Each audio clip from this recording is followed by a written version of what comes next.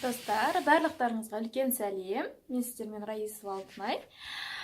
Бүгін Теміртау қаласына қонаққа келдім. Бір жағынан бизнес жөнінде, бір жағынан партнерім мен Серікгүл апаймен танысуға келдім. Бүгін күн өте сәтті өтті. Серікгүл апаймен танысқаныма өте қуаныштымын. Осыдан 2 ай бұрын Серікгүл апай мені YouTube канал арқылы тауып, бальзам заказ берген болатын. Қазіргі таңда біз 2 ай бойы тек телефон арқылы сөйлесіп жүрдік. Енді естіп сәт салып, Алланың қалауымен мен осы Теміртау қаласына келіп қалдым. Сіздермен бірге қазір Серікгүл апайдың результатымен бөліскіміз келеді по продукту. Серікгүл апай, айтып бересіз ба? Продукты қанша уақыт іштіңіз және қандай результаттар алдыңыз? Мен продуктыны ішкеніме 2 курсын бітірдім ғой енді. 2 айдай болды ішкеніме. Мен бұл продуктыны YouTube каналынан іздеп таптым. Өйткені мен бір кішкене жол апатына түсіп қалдым да, ауруханада көп жатып, көп дәрі-дәрмек қабылдадым. Содан үйге келіп, тағы да 2 айдай төсекте жаттым. Сол кезде менің бауырым ауыра бастады. Тамақты қорытпай, тамақ іше алмай, асқазаным ауырып, бауырым, ұйқы бездерім ауырып, сондай болды. Содан кейін бұны қалай емдеймін? Енді өзім анау апаттан кейін әлі жүруге де жарамайтын уақытым еді. Сосын іздей бастадым интернеттен қандай ем жасауға болады. Дәрігерлер енді бұрынғыша маған жаңағы гепабене, содан кейін эссенциал солар жазып беріп отырды. Бірақ та енді мен білдім, бауырым қаттырақ ауырды, ол енді көмектеспейді деп ойладым да, тағы іздей бастадым. Содан кейін Өскеменде бір Қыдыр ата деген кісі бар екен, отзывтарын оқысам, оған бауыр мен ауырып барған адамдар жақсы емделіп жатырмыз деп жазыпты. Содан кейін Ақтөбеде бір центр бар екен, оған да жақсы деген отзывтарын оқып, оған да барғым келді, бірақ мен қыс ішінде жүре алмаймын ғой жалғыз өзім. Соныменен тағы іздеп оқып жүрсем, осы бальзамға кездестім. Нано бальзам жаңадан шыққан Қазақстанның өнімі деп елдер көп жаңағы өздерінің пікірлерін айтып көмектесіп жатыр. Асқазанға, бауырға, ішкі құрылыстардың бәріне, бүйрекке, тіпті гемодиализ алып бүйректен қалған кісілердің өзі емделіп кетіп жатырмыз деп жақсы тілектерін айтып жатыр. Сосын цирроз печень деген бір ауру бар ғой, одан да жазылып кеттік деп жатыр. Енді менікі Аллаға шүкір, бауырым енді ана дәрінің арқасында кішкене жұмысын баяулатып алған ғой енді менің бауырым. Енді онда циррозға көмектесіп жатса, онда маған жақсы көмектеседі ғой дедім да, сол күні мен жаңағы ютубтағы телефон арқылы телефон соқтым ғой жаңағы компанияға. Аты жөнімді айтып, осындай мен ауырып жатқан адамын, маған осы бальзам көмектесетін шығар, көмектесе ме деп сұрап, содан кейін бір телефон тұр екен, соған сол номерді алсам, осы өзіңе түстім ғой. Сосын сұрадым, қызым, осындай мен жатқан адамын, осындай дәріні көп пайдаланғандықтан бауырым ауырып, тамақ іше алмай, сондықтан сендерге телефон соғып отырмын деп едім. Сен сол күні сразу қолма қол жібердің ғой, бальзамды индирайвер таксимен түнделетіп келді. Ой, қуанғаным сондай, таңертең ерте тұрып жаңағы бальзамды ішіп, сол бальзамды ішкенде сондай, енді өзімнің де жаңағы бальзамға деген сенімім күшті болды да, мен соны асығып күтіп жаттым білгеннен кейін. Асығып күтіп жатып, таңертең ерте тұрып ішіп, сол 5 күннің ішінде мен бойыма бір қуат пайда болды, күш пайда болды.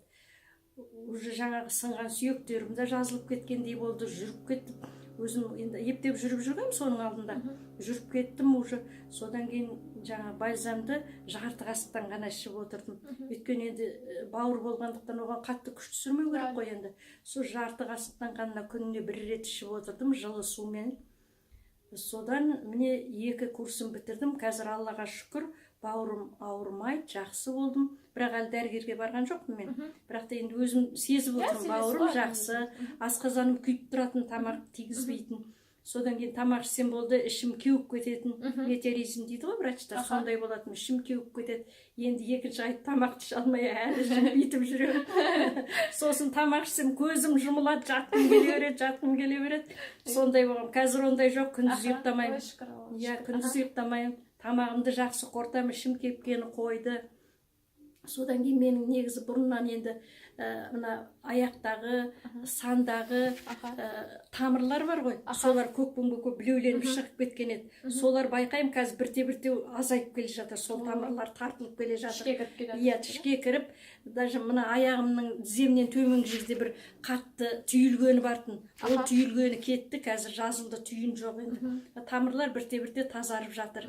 Соған енді Аллаға шүкір, осы бальзамды енді екіншісін бітіріп, үшіншісін алып отырмын. Енді осы бальзамнан көп жақсылық көріп отырмын, көп жақсылық көріп отырмын. Енді біз біраз пенсиядағы адамын, біраз енді ауру, сосын қиындық, шаршау болады ғой енді ұлғайған кісі болғаннан кейін. Соның бәрі қазір кетті. Мен қазір шаршамаймын. Жүре берем, өзім жаяу жүрген жақсы көретім бұрында.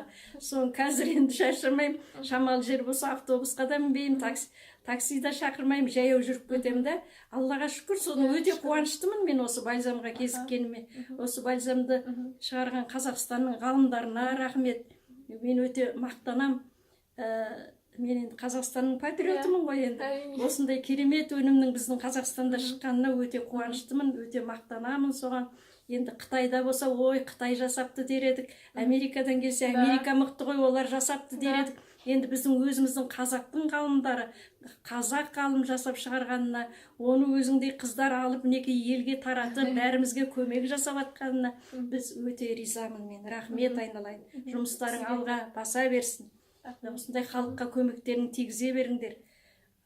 Аллаға мыңда бір рахмет, осындай шипалы өнімді жасауға мүмкіндік берген біздің ғалымдарға. Бәрі Алланың құдіретімен ғой. Сондықтан көп рахмет айтам. Мен алдағы уақытта да бұны әлде де ішем енді мен.